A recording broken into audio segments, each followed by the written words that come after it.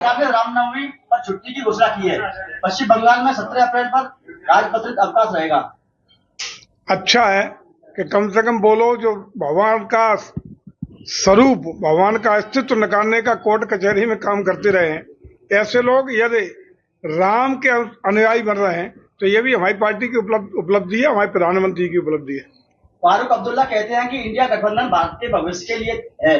यह लोकतंत्र चाहता है, धर्मनिरपेक्ष भारत चाहता है। देखिए, अब चाहे जो इंडी गठबंधन हो या अन्य अन्य लोग हों, कोई फर्क नहीं पड़ रहा। देश की जनता ने आदरणीय मोदी जी को तीसरी बार प्रचंड बहुमत के साथ पीएम बनाने का मन बना लिया है। आधे से ज्यादा मतों का प्रतिशत हम लोगों को मिलने वाला है। एक तरफा हम लोग चुनाव जीत करके 400 पार करेंगे, मोदी जी को पीएम बनाएंगे और यूपी की 80 की 80 सीटें जीत करके उत्तर प्रदेश में एक तरफा कमल खिलेगा, ऐसा हमें भरोसा है। मायावती ने अगले ही लोकसभा चुनाव लड़ने का फैसला लिया है, आप कैसे देखती हैं? मायावती कब फैसला लेंगी और क्या लेंगी किसी को नहीं मालूम, खुद के अलावा। अखिलेश यादव का कहना है उत्तर प्रदेश के लोग स्वागत भी अच्छा करते हैं और विदाई भी अच्छी करते हैं।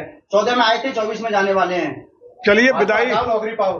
देखिए मुझे लगता है कि 22 में भी जब यूपी के चुनाव विधानसभा के हो रहे थे तो अखिलेश जी ने स्वयं को सीएम घोषित भी कर लिया था। चीफ सेक्रेटरी से लेकर डीजीपी की तैनाती की भी लिस्ट बना ली थी, लेकिन परिणाम क्या हुआ सबको पता है। वही असप्रम होने वाला है। शून्य पर ये लोग सिमटेंगे। यूपी की 80 की 80 सीटें भारतीय जनता पार्टी के पक्ष में जाएंगी। अखिलेश यादव कहते हैं ईडी सीबीआई की रेड सरकार जानबूझकर करवाती है, विरोधी पार्टियों पर दबाव बनाने के लिए। देश में बहुत मजबूत लोकतंत्र है। संवैधानिक व्यवस्था के अंतर्गत ये स्वतंत्र संस्थाएं हैं, ईडी हो, सीबीआई हो, जुडिशियरी हो, अपना इंडिपेंडेंटली स्वतंत्र रूप से काम करती हैं। साक्ष्यों तथ्यों के आधार पर अपनी विवेचना करती हैं। उसी के आधार पर चार्जशीट या एफआईआर करने का काम होता है। तदनुसार न्यायालय में जाता है। न्यायालय अपने स्वतंत्र रूप से निष्पक्ष तरीका से अपने निर्णय देने का काम करता है। इसमें कोई राजनीतिक हस्तक्षेप नहीं हुआ करता है। लेकिन वही लोग आज डर रहे हैं जो कहीं न कहीं किसी भी तरह से कहीं घोटालों में लिप्त हैं और घोटालों में इनकी संलिप्तता के डर की वजह से आजकल ये ईडी का या विभिन्न अन्य जांच एजेंसियों का सामना करने के लिए अपनी रुचि नहीं दिखा रहे हैं। लेकिन अंतोगत्तर जाना पड़ेगा।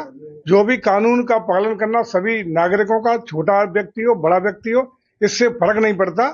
हर व्यक्ति को कानून का पालन करना पड़ेगा, जांच एजेंसी का सामना करना पड़ेगा और जो भी वास्तविक साक्ष्य तथ्य हैं वो बताने पड़ेंगे। उसी आधार पर हमारी जांच एजेंसियां जो देश की हैं वो अपना काम आगे का करेंगी।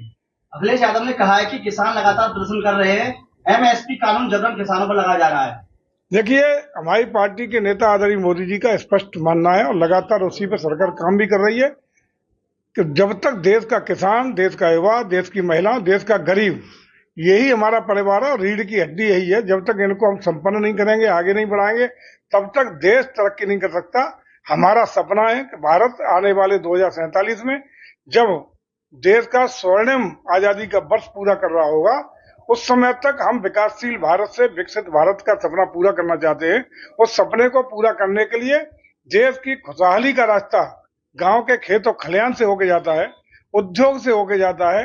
गांव का या शहर का हर व्यक्ति जब तक खुशहाल नहीं होगा तब तक विकसित भारत का सपना पूरा नहीं हो सकता। इसलिए किसानों की महती भूमिका है। उनकी आय दुगनी करने की बात हो, उनके सम्मान निधि देने की बात हो, उनकी विभिन्न समस्याओं के निवारण की बात हो, उनकी एमएसपी के आधार पर खरीद की बात हो। आज उत्तर प्रदेश में निःशुल्क रूप से उनके निजी नलकूपों को फ्री बिजली देने की बात हो। हर तरह के संसाधन सुविधाएं किसानों के हक में देने का काम प्रदेश और भारत की सरकार कर रही है। तमिलनाडु में डी राजा ने कहा है कि आरएसएस और बीजेपी की विचारधारा समाज में वैमनस्यता और विभाजन के लिए जिम्मेदार है। देखिए, मुझे लगता है कि विभाजन की जिम्मेदारी कब हुआ? विभाजन, देश का विभाजन कब हुआ? जब कांग्रेस सत्ता में थी। देश का विभाजन तब हुआ जब भारत का बंटवारा तब हुआ कि धर्म की राजनीति के आधार पर देश दो टुकड़ों में बटा।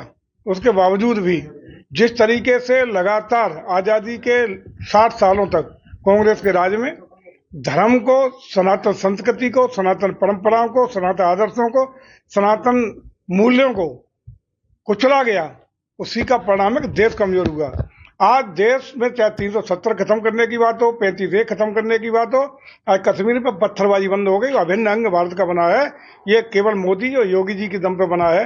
आज देश में सशक्तिकरण हो, राष्ट्र का सम्मान हो और हर देश का रहने वाला व्यक्ति राम राज्य की परिकल्पना के साथ जब अयोध्या में भगवान राम अपने घर में 500 वर्षों के लंबे अंतराल के बाद विराजमान हुए हैं, देश के लोग आत्मसम्मान स्वाभिमान की झलक अपने अंदर पा रहा है, चौड़ा सीना अपने को कर रहा है, ऊंचा मस्तक अपने को महसूस कर रहा है। सहारनपुर में जमीयत उलेमा ए हिंद के अध्यक्ष मौलाना अरशद मदनी ने कहा है कि आज के नए भारत की बदलती तस्वीर से लोगों के मन में मुसलमानों के प्रति नफरत हम किसी को नफरत नहीं करते, लेकिन किसी को भ्रष्टाचार दे करके अपने मूल संस्कृति वाले लोगों को कुचलने का भी अनुमति नहीं दे सकते हैं। एक लास्ट सवाल है, अखिलेश यादव ने कहा है कि पुलिस हेडक्वार्टर से लेकर थानों तक गुंडागर्दी बढ़ी है, अत्याचार बढ़ा है, किसानों के साथ अत्याचार हो रहा है, देश में लगातार किसान आत्महत्या कर रहे हैं। मुझे ऐसा लगता है कि अखिलेश जी को सोते सोते अपने 12 से 17 वाली याद आ रही है जब यही सब होता था। सर, ये डिम्पल यादव कहते हैं कि बीजेपी के साथ लोग खड़े तो होंगे प्रत्याशी के साथ, मगर वोट सभा को करेंगे। अब किस एंगल से? चलिए, बहुत लंबा समय नहीं है, इंतजार करिए किसके साथ खड़े होंगे, परिणाम बता देंगे। अच्छा, कहीं कुछ पता नहीं चलेगा इन लोगों का। अब मैनपुरी सीट से आपका नाम आ रहा है सामने, तो किस तरह का? उत्तर प्रदेश में जब मैंने कहा है कि 80 की 80 हम जीतेंगे, 80 की 80 पे कमल लड़ रहा है, कमल जीतेगा। हमारे 51 प्रत्याशी उत्तर प्रदेश में घोषित हुए हैं। दूसरे राउंड में जब आएगी स्थिति, अभी तो प्रथम राउंड पूरे देश, हमारी पार्टी छोटी मोटी पार्टी नहीं है, राष्ट्रीय लेवल की पार्टी है, विश्व की सबसे बड़ी पार्टी है। पहले राउंड में 51 टिकटें हमने घोषित की हैं, सर्वाधिक टिकटें पहले राउंड में सबसे पहले हमने की हैं। विभिन्न स्टेटों पर चिंतन मंथन केंद्रीय नेतृत्व के द्वारा चल रहा है। जैसे सेकंड राउंड की चिंतन की बात आएगी, निर्णय आपके सामने आ जाएगा।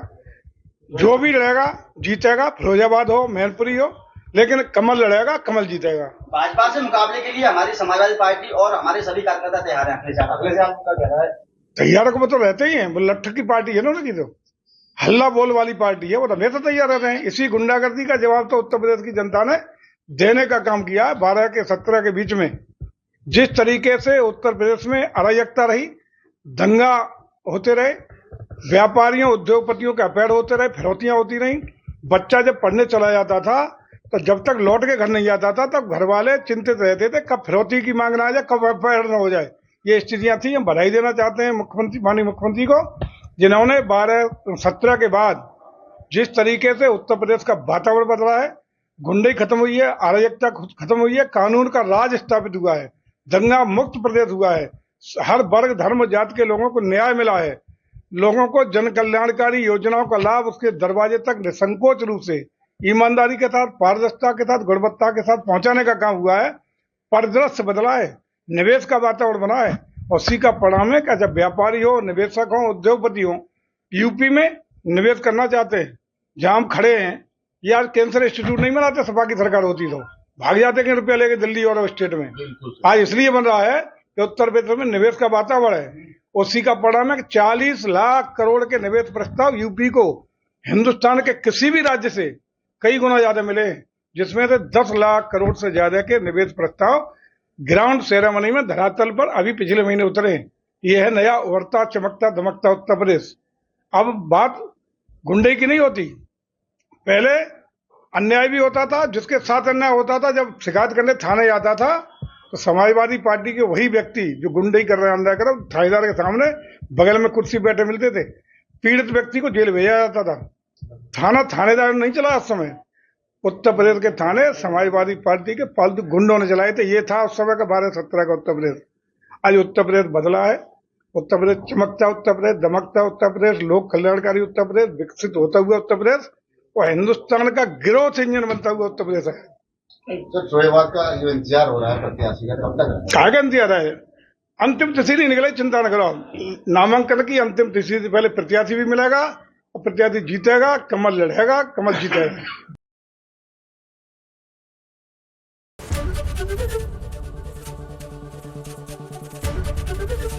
एबीपी गंगा, खबर आपकी, जुबान आपकी।